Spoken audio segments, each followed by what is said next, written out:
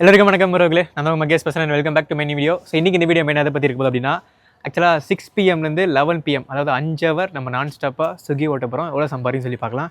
ஆக்சுவலாக ஸ்விக்கி தரப்புலேருந்து 400 650 சம்பாதிக்கலாம் அப்படின்னு சொல்கிறாங்க. பார்க்கலாம் இன்றைக்கி எவ்வளோ சம்பாதிக்க போகிறோம் அப்படின்னு சொல்லிட்டு. ஸோ அதே இன்றைக்கி வீடியோ இன்றைக்கி மெயினாக இதை பற்றா இருக்குது. வாய் வேறு லைட்டாக குளருது. சார் நான் வீடியோ மெயினாக இதுக்கு எதை பற்றா இருக்குது. அண்ட் ஒன் செகண்ட் நம்ம சேனல் என்ன புதுசாக பார்த்துட்டு இருந்தீங்கன்னா கண்டிப்பாக சப்ஸ்கிரைப் பண்ணிக்கோங்க. இப்போ வாங்க வீடியோஸ்குள்ள போகலாம்.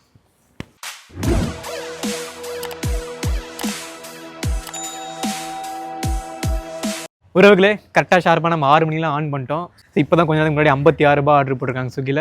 ஸோ வாங்க போய் பிக்கப் பண்ணலாம். ஓகே கைஸ், வாங்க போய் பிக்கப் பண்ணலாம். ஸோ அது முன்னாடி பாருங்கள், ஸோ மழை பெய்யறதுக்கு வாய்ப்பு இல்லை கைஸ். பட் இருந்தாலும் ரெயின் கோட்டு அந்த டவல்லாம் வச்சுருக்கேன். ஏன்னா உட்கார இடத்துல சீட்டு டவல் போட்டு உட்காந்தா நல்லா இருக்குன்ட்டுருக்காங்க. டவல் எடுத்துட்டேன். அப்புறம் தண்ணி கைஸ், ஒரு சில டைம் லாங் ஆட்லாம் குடிக்கும் போகும்போது ஸோ அந்த டைமில் தண்ணி பயங்கரமாக தாக்குது. ஸோ அந்த டைமில் தண்ணி குடித்தா பயங்கர சொர்க்கமாக இருக்கும். ஸோ அதுதான் தண்ணி வந்து எடுத்துகிட்டு போகிறாங்க கைஸ் இன்றைக்கி. வாங்க இப்போ கரெக்டாக 76,042 கிலோமீட்டர் நீங்கள் ஆரம்பிக்கிறோம். சரிங்க, இந்த ஃபோனில் வீடியோ எடுத்துக்கிறேன். நானும் ஃபஸ்ட்லாம் வந்து வீடியோவில் லாஸ்ட்டில் எண்டில் ஆட் பண்ணணுன்னு பார்ப்பேன் எத்தனை கிலோமீட்டர் ஆரம்பிக்கிறேன்னு சொல்லி. ஸோ மறந்து போயிடுறேன். ஸோ இதுக்கப்புறம் நம்ம எத்தனை கிலோமீட்டர் ஓட்டுறன்றதை உள்பட நான் ப்ராப்பராக சொல்கிறேங்க கரெக்டாக. ஃபஸ்ட் ஆர்டர் வந்து எங்கே போட்டிருக்காங்கன்னா கரெக்டாக அந்த குமரஞ்சாவடி அது பக்கத்தில் தான் எங்கேயோ ஆர்டர் போட்டிருக்காங்க. ஸோ அது பக்கத்தில் தான் எங்கேயோ ஆர்டர் போட்டிருக்காங்க. ஸோ வாய் வேறு லைட்டாக கொள்ளாதுப்பா. கொஞ்ச நாள் வீடியோ விட்டாலே வீடியோ போடாமல் விட்டாலே அந்த டச் விட்டு போயிடுது. ஓகே கேஸ், ஃபஸ்ட் ஆர்டர் வந்து டெண்டர் கட் அப்படின்னு சொல்லி ஒரு ரெஸ்டாரண்ட்டு. ஸோ அங்கே தான் வந்து ஃபஸ்ட் ஆர்டர் போட்டிருக்காங்க. இன்னும் ஃபுட் ரெடி ஆகலை கேஸ். ஸோ வாங்க போய் பிக்கப் பண்ணுவோம்.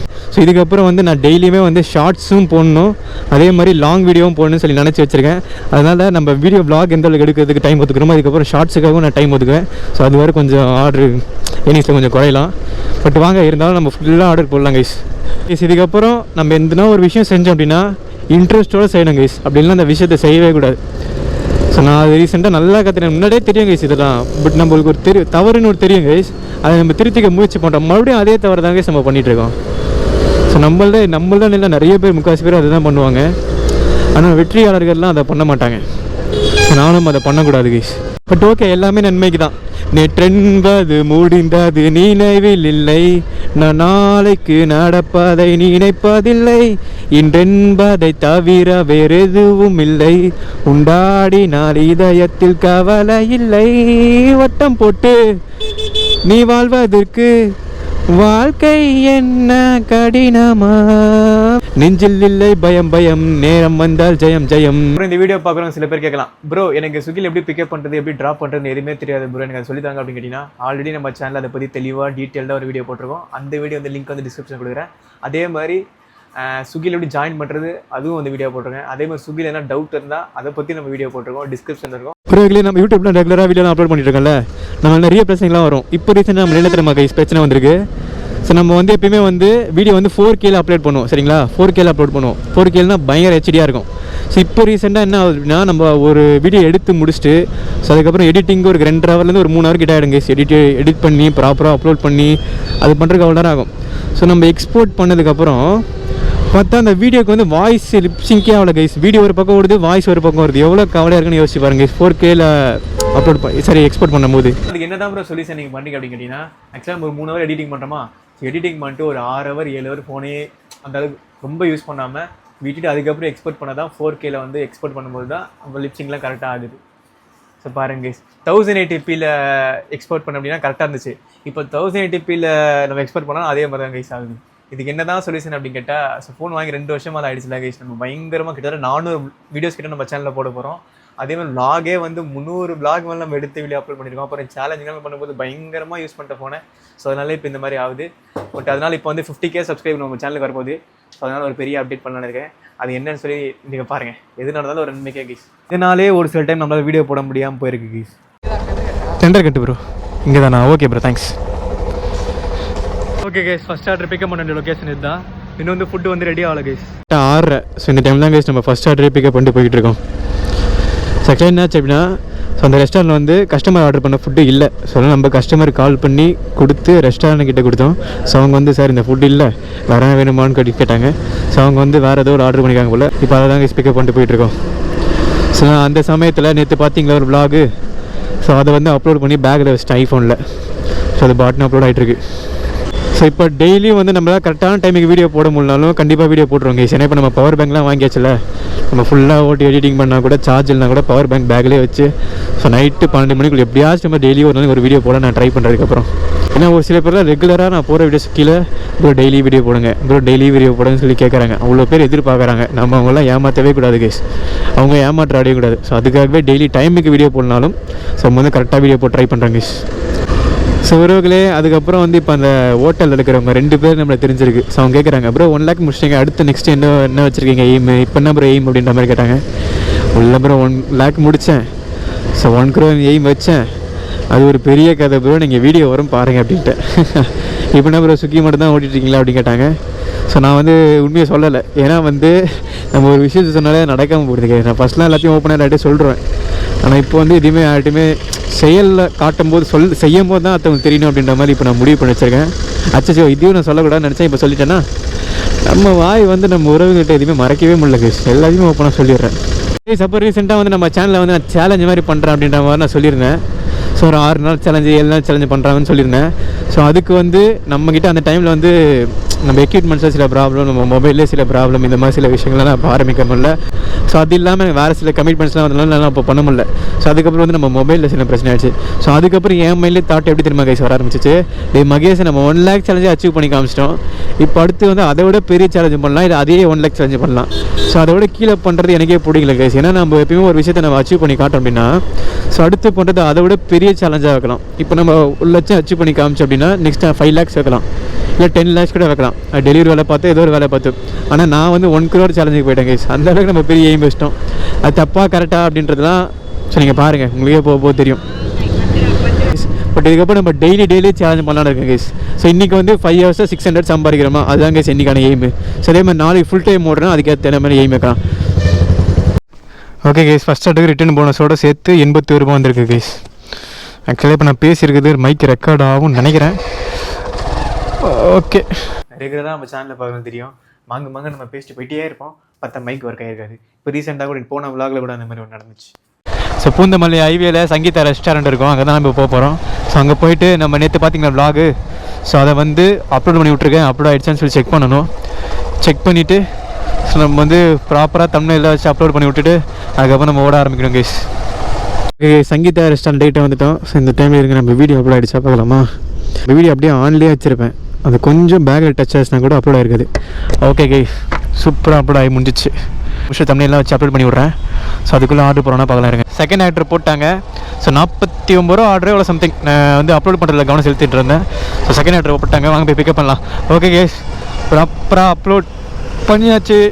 இப்போ வாங்க கைஸ் போய் ஜாலியாக ஓட்டலாம். காலவார 100 பேரு சேஃபானியும் மாடு தூக்கி விடத்தான் கோடி பேரு துணிஞ்சு போய் போராடு பணங்காச செத்து வச்சா சுகரு பிபி எருமடா. காலவார 100 பேர் சேஃபா நீயும் கேம் ஆடு தூக்கி விடத்தான் கோடி பேர் துணிஞ்சு போய் போராடு. ஸோ இந்த லைன்ஸ் எடுத்துக்கோங்க. ஸோ அதுவும் இல்லாமல் அதுக்கப்புறம் இன்னொரு லைன்ஸ் எடுத்து இல்லையா, பணங்காசை சேர்த்து வச்சா சுகரு பிபி ஏறுமடா அப்படின்னு சொல்லி அந்த லைன்லாம் எடுத்துக்காதுங்க.